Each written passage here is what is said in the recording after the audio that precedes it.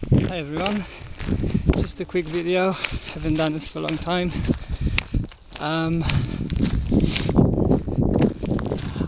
on the 5th day of walking, done more than 100 kilometers right now. Very difficult walk. On the first day we had a heavy rain with the lightnings and it was amazing. I don't know how we've done it, but we've done it. Second day we started with the heavy rain again. Each day we have to do like 20 kilometers, and when you are all wet sometimes you can't just dry you didn't have enough time to dry your clothes, so you're either gonna have them wet on you or you're gonna hang them up on your backpack like I did. I don't know if you see anything. So just a quick advice.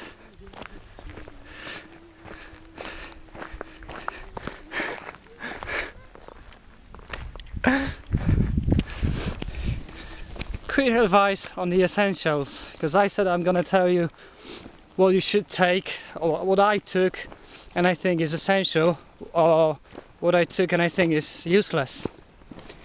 The first and one of the most important things is poles, right? It doesn't have to be a Lecky or any good mark. Any poles are good. You're gonna go uphill, you're gonna go downhill, you're gonna have a road with the rocks, the sand, grass. Yeah, that's not many of them with the grass. Most of it is very difficult, and they are just, you must have them basically. You will not do it without them. I met many people which have a feet sore, and yeah, the only reason was because they didn't have enough support for the legs. So with my bad knee, which I unfortunately have from the day one, too much pressure on a downhill walking, these poles are just rescuing me. The second thing, which is very important, is are your shoes. Is because you're gonna walk on the sand, on the sand, but you're gonna walk quite a lot on stones and rocks. I had a laugh because yesterday my friend, the German, his name is George the German, and he said one day, fuck it, I'm not using my shoes anymore because they are heavy and stiff. So he took a flip-flops and the walk we had, it starts uphill. It was all the rocks, big, massive, and I was thinking all the way, it was like 20 kilometers uphill, downhill. A very difficult road. I'm thinking about him walking in his flip-flops, and apparently he reached the city with just one of them because the second one was completely destroyed. Funny. So he bought the shoes in the first shop he could. But yeah, so shoes are very important, and together with the shoes, sorry if you can't see me very well, it's just I'm tired. Together with the shoes, very important thing are socks. In my case, I'm using the quite thick socks, so my feet is not moving too much and it can absorb quite a lot of sweat of the feet, because even if you got shoes with Gore-Tex, if you won't clean them every day, you know, the ventilation will not be so good. So it's good to have some kind of material to absorb the sweat. And I'm normally taking 2 pairs. I prepare 2 pairs for the walk, and halfway I'm changing them for the fresh one. So the wet I'm gonna take off. I'm gonna massage my feet for a second, and I'm gonna change it for the dry ones, and it helps a lot. That's a good tip I've learned from the other people who walk that way. Next thing, very important, backpack. I don't know, you probably can't see. I'm gonna show you the my shadow. That's me. So I'm quite loaded.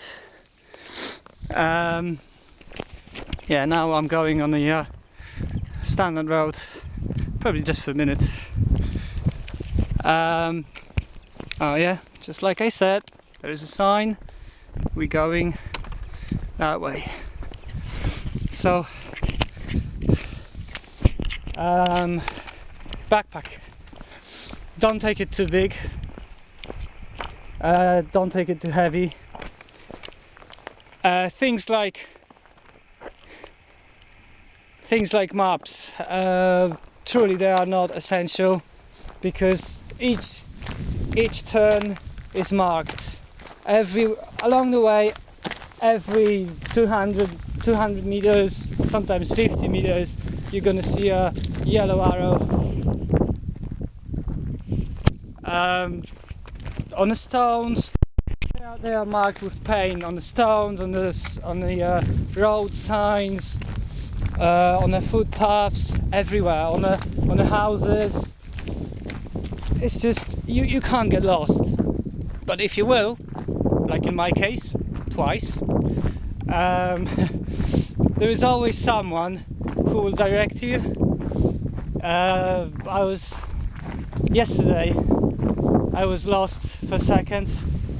I mean, I turned the wrong way with my friend, and there was a lady coming out from nowhere, Spanish lady, I don't know Spanish at all, and she was like saying no, and showing by the finger, you need to go that way, because she was speaking Spanish, but she directed us on the wrong way, on a good way, sorry. And yeah, we walked 50 meters and we found the yellow arrows. So I was saying to my friend that it's not if you lost your way, Camino will find you and direct you. It may sound funny, but if you experience that, you will start to believe it. So yeah, I just timed the subject. Right. So backpack. You don't have to have a maps. You don't need a compass. Like I bought everything. The things you need is definitely socks, definitely shorts if you're a ladies' kid, t-shirt, one is enough, one thicker blues, so you can wear it when it's colder or in the evening, and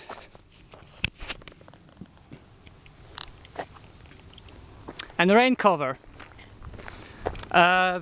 Like I said, on the first day we had a quite heavy rain. Quite heavy. It was like in a movie. You're going downhill, you have a rocks on your path, and there's like river instead of the path. The water was so strong and the rain was everywhere and the lightnings. It was so exciting. So yeah, the poncho is good, but if you want it, the best way is to buy it so you can cover backpack as well, because those covers for the backpacks are not 100% good. You will see that some of your clothes inside the backpack will be like moist, wet. I found it in mine, and my friends found it as well in theirs. So yeah, it would be good to have an additional cover for the backpack. What else? This water. Find the best for you, kind of a solution for you. I've got the Camelback in my backpack. It adds another 2 kilos, that's 2 liters of water. But you know, good hydration gives you more power, I would say. When you're thirsty, you just can't walk too fast and too long. So good hydration is a must. I've got another bottle, a separate bottle on the side of my back. When I run out of the one inside the backpack, I've got still some. Along the way, there are some kind of fontaines with the water, clean water, so you can always fill it up when you run out. There's quite a few. Well, I've seen today at least 3, and I'm walking just for 3 hours. It's not too bad.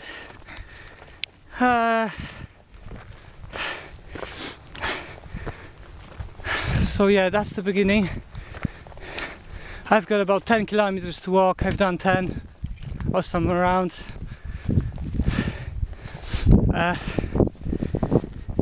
Yeah, so clothes, not too many.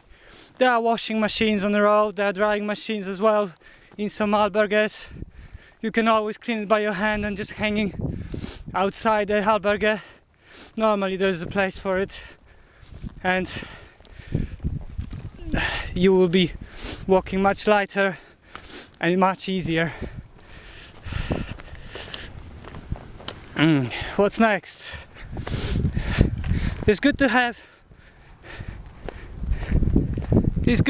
a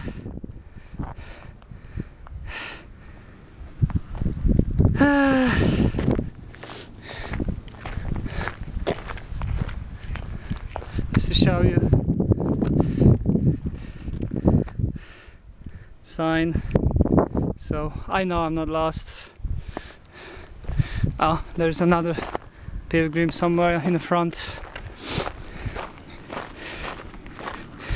It's good to have a torch, but I haven't used mine yet. But maybe later on, when I will have to wake up more early. Normally we have to wake up about 6 to 8 o'clock. They're closing the albergues, the hostels. You can't stay longer. So less you've got, the less you've got to pack. Basically. Oh yeah, sleeping bag. I've got 3 season, which is like 1 kilo of the weight, and I thought, oh, it's gonna be too thick because most of the time we sleep in the albergues. But there was a situation when we came in, we arrived to the city and it was quite late, and of course they gave us a place to sleep, but that was in a big room, big hall, and they gave us mattress, but we were sleeping on the floor, on a mattress on the floor. And my friend, she had a very thin sleeping bag, very light, very small, but very thin. And hola, buenos dias. So she had a very small and thin sleeping bag. In the morning she woke up and it was so cold. I found myself covered completely, and yeah, she was shaking. It wasn't good. And I think, well, she was cold for like 2-3 hours before she warmed up. So I think that even if I need to use it once or twice on the road, don't know how it's gonna be later, because the closer you are to Santiago, the more people is going. So you never know. I'm gonna probably have more of this kind of nights. Don't mind, but just to let you know, I also bought a how are you calling it? Sleeping mat, but I didn't take it because I was well overpacked, and I just said no, I'm not gonna do it. And for now, until now, I didn't have a chance to regret it, so hopefully I won't in the future. Yeah, going back to clothes, I think the good idea will be if you will look for the specific types of clothes, the fast drying materials, because like I said, sometimes you're gonna have to wash them by hands and leave them outside, and you don't want to have wet clothes in your backpack. Once, because of this, they're heavy. Twice, because if they're gonna be constantly in your backpack, you're gonna smell and all that kind of stuff. So yeah, if you have an option, choose the ones for hiking or the outdoors. Yeah, don't know what to say more.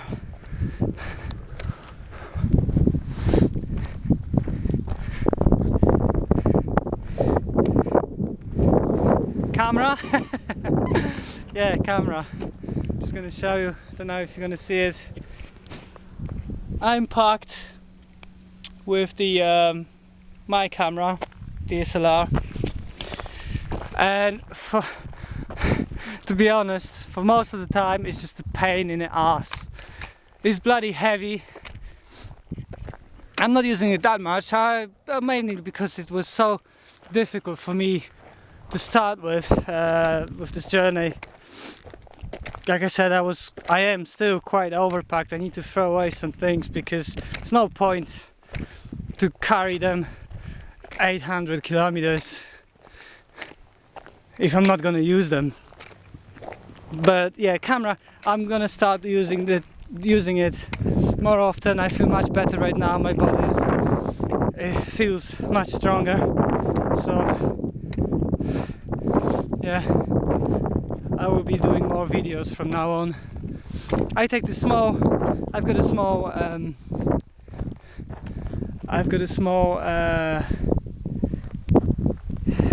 point and shoot camera, which I'm using right now because it's much lighter if I want to do a video. But I will do some more videos on my bigger camera because there's more memory on my CF cards than on my SD cards. Right, but the views are amazing. It would be a shame if you would have not any picture, at least one, in some of those famous places you're gonna see along the way. Hola. Hola.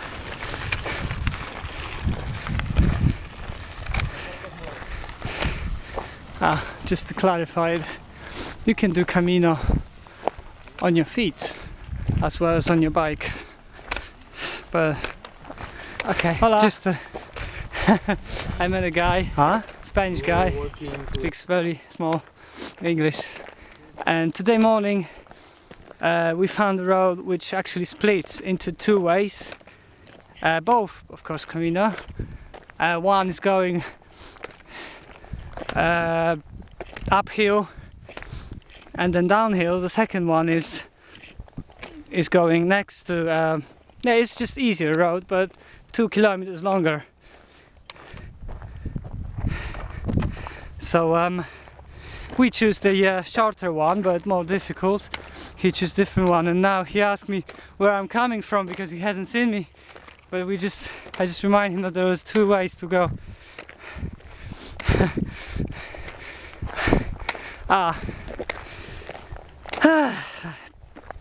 Right, one more thing. There's no need to be scared of the people, because everyone from any country I met are so friendly, always say hello, always smiling, always willing to help. If they see you like sitting, they're asking how are you, how you doing. If you have a problem like a blister or something, they always can help you. So if you're thinking that it is scary road, it's not at all. It's difficult, but it's a safe road. Right, that's it for now. Later on I'm gonna maybe do some more.